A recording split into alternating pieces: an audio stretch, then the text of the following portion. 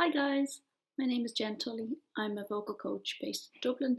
I teach in BIM Dublin as well as in Bray Further Education, and I have my own vocal studio in Donnybrook, and that's the same name. So it's JT-VOX or Jen Tully Vocals. It's just a fancy way of saying vocals. Um, so today I'd like to talk to you about your voice.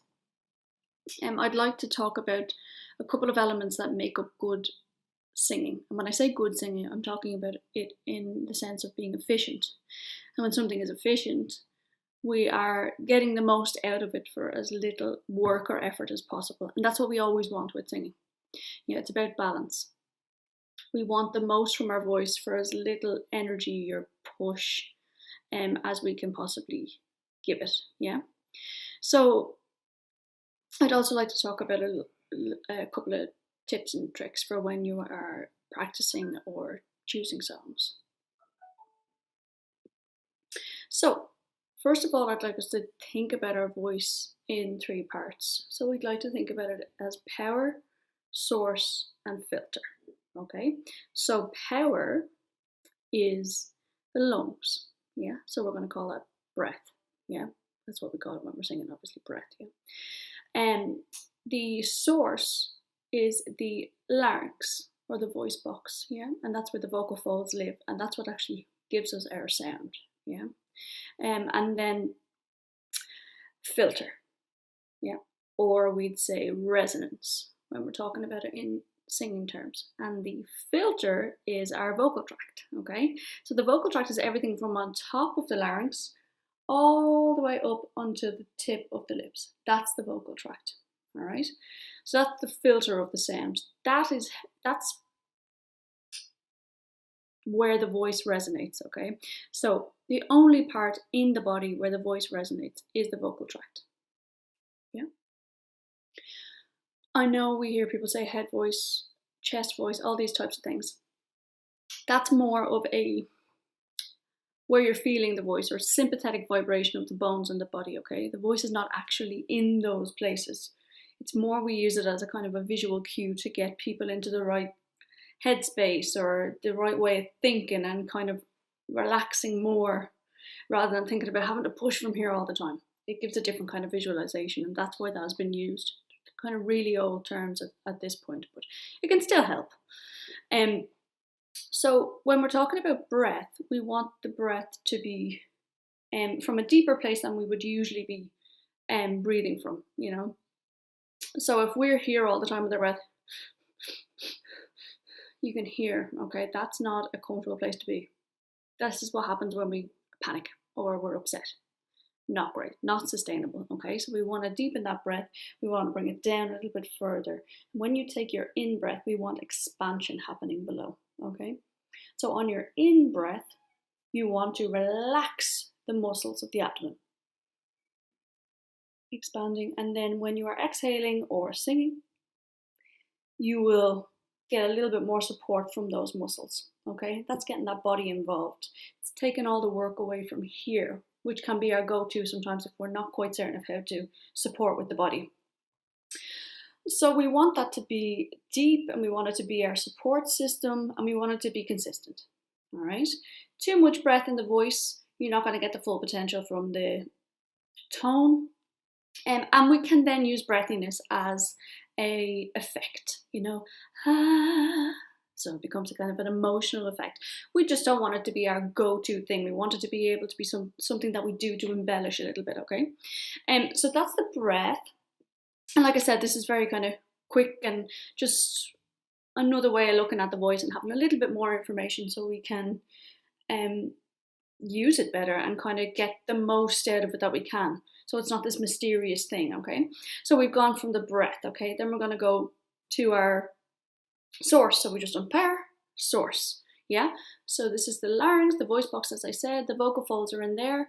And when they vibrate, we create sound. And that's how we get our tone. That's how we get our singing voice. So the position of the larynx and how the vocal folds function is key to our tone and our really how our voice can carry and have stamina. So we can have several onsets of the vocal folds, okay? An onset means just how the vocal folds come together, okay? So we can have a glottal onset, which means the vocal folds will close and then we will get air. So like this, uh-oh, you can hear that, yeah? Or we will have what I did previous, the breathy one, also known as aspirate. Ah, you add air first, then the vocal folds came together. And then you can have a simultaneous one where kind of everything is happening at the same time. Ah, you didn't hear a clunk at the start, you didn't hear too much breath, everything kind of was balanced together. So I guess the balanced one is the ideal position, and the other two can be used for embellishments, and we do use it as stylistic traits in different kind of genres. So that's just something about the larynx vocal folds, okay? So, and then the filter we already spoke about as being our vocal tract, yeah? So this will involve our articulators, you know, the lips, the tongue, the mouth shape, and how we use our vowels, yeah? So how we use our vowel shapes is going to determine our tone and our projection and volume as well as projection, yeah? So I think breaking the voice down into these three elements can make it so just far more accessible, rather than thinking of it as this mysterious internal thing that you don't really have that much control over. It's not. It's just trying to grasp and work these different areas and really get them balanced and working with you is what's going to get the voice in good shape, really. So I guess some exercises that you could do for warming up or for messing around with songs would be, so we can do a lip trill, okay? So I want you to do this, but you don't have to match my range. You're going to go from your lowest note to your highest note. So it's basically, okay? If you're struggling with that, all it is airflow, relaxed lips, yeah? If you're struggling with this, pinch in and just remain relaxed, okay? So now if we put a tone to it, and then we're going to go low to high. We're going to try again now.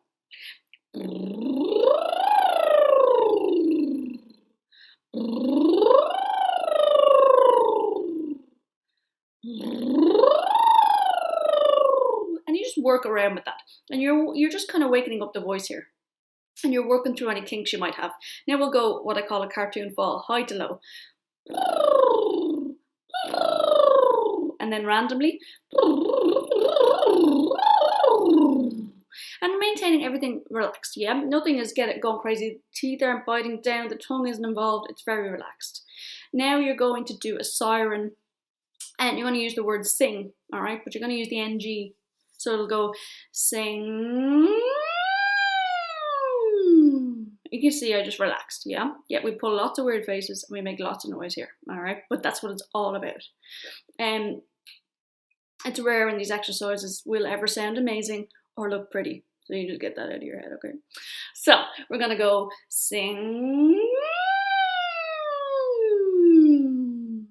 sing, yeah? Similar, we're gonna do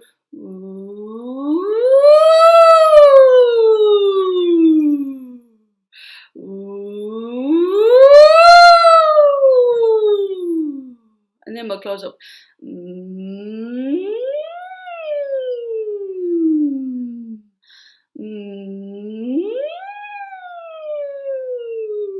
can see there's not much going on in my face. Yeah, on purpose. There's nothing overworking or trying to get any of those notes. It's just chilled. I'm just focusing on my breath and letting the voice go. That's it. All right. And then we can do a little bit of afterward faces. You're going to work on here. You're going to make sure the jaw is relaxed. Okay. Make sure that jaw is relaxed. And then Lots of this.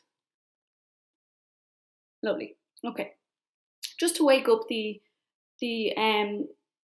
support system, so the breath that we were talking about, we're going to do some shh, shh, shh, shh, and you should be feeling a response.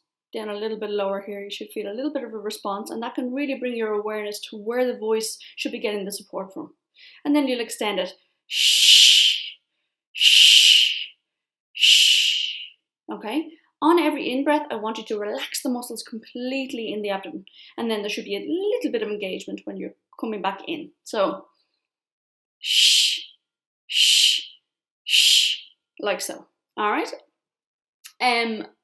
So that's kind of just waking up there, and then you can mess around with it. The best way to practice getting that deeper breath is lie down, put your hands just above the belly button, and you're going to focus the breath to lift the hands, okay? Don't let the muscles don't start trying to push those muscles, but let the breath do the work. It's going to lift the hands up. They'll come down slowly. Lift them up. And come down. Great. And during all of these exercises, okay, and they're just quick, kind of they wake up the voice a little bit, okay, and they bring awareness to these parts just before you're about to launch into a song, which can be good. It's about a balance and about just letting it happen, okay? And I want you to be mindful of the exercise you're doing. Don't just prattle them off. I want you to be thinking and feeling of what's going on. Because it's the only way you gain an awareness of the voice, and then as a result you understand it a little bit better. So some do's and don'ts, I guess. Yeah, warm up a little bit, just as I was doing before you do a song. Do a little bit of physical warming up, yeah? So stretch, jump around, get yourself a little bit warm, yeah? Get yourself ready. If you're standing and you feel like you could be pushed over, you're not ready to sing, okay? We want a strong stance, soft knees, you're going to spread the weight across the feet, and you're going to be really ready, okay? You could do about 20 minutes a day. Nothing crazy. You do little bits every day, you're going to make a lot more progress than if you were doing 2 hours. You're just going to get tired or possibly frustrated, okay? So breaking it up is much more productive. Sing a variety of genres. Don't just pick, okay, maybe if you like pop, sing from lots of different singers in pop. Don't just pick one singer and sing that, as tempting as it is, because we all have our favorite singers. You're only going to be working one part of the voice if you're doing that all the time. So if you can try pick different voices or even different genres, you're really going to be expanding the voice, the range, your technique, the traits that you have in your voice. You're just going to learn so much more if you can kind of have that variety. Warming down is pretty important as well. Warming down usually is you go from your high notes to low. So, woo, woo. It's like what we were doing with the sirens, except kind of reverse it. And stay low on some hums. Because sometimes if we are doing a lot of work, that larynx position I was talking about, the larynx can jump up a little bit, be a little bit high from all that work. And what you want to do is you just want to bring it back down. So nothing is straining or overworking or staying in an undesirable position. All right. Don't, as I say, don't practice for hours and hours and hours. Okay. There should never be pain. You should never feel like you are like going for the face is really contorted, the body's doing it. Singing is not supposed to take that much effort, okay? Yes, it's supposed to be engaging and there should be energy behind it, but there shouldn't be push or strain or lots of work happening. And I would really, really recommend that you sing sometimes in a mirror and you watch yourself. If you find this happens, the jaw juts kind of, this is a huge one that we all do when we're going for those notes, okay? There's no need. In fact, if you watch me, I just sang one note there, but because I moved and I knocked everything out of alignment, the tone was disrupted hugely, yeah? So even, pick an eye line, pick something in front of you and sing your song, and, be loose about it though. We don't want that either, okay? Don't practice with the headphones in, okay? Don't have your backing track here, 2 headphones on really loud and you're singing away. You can't hear properly what you are singing and you are most likely going to be singing off key.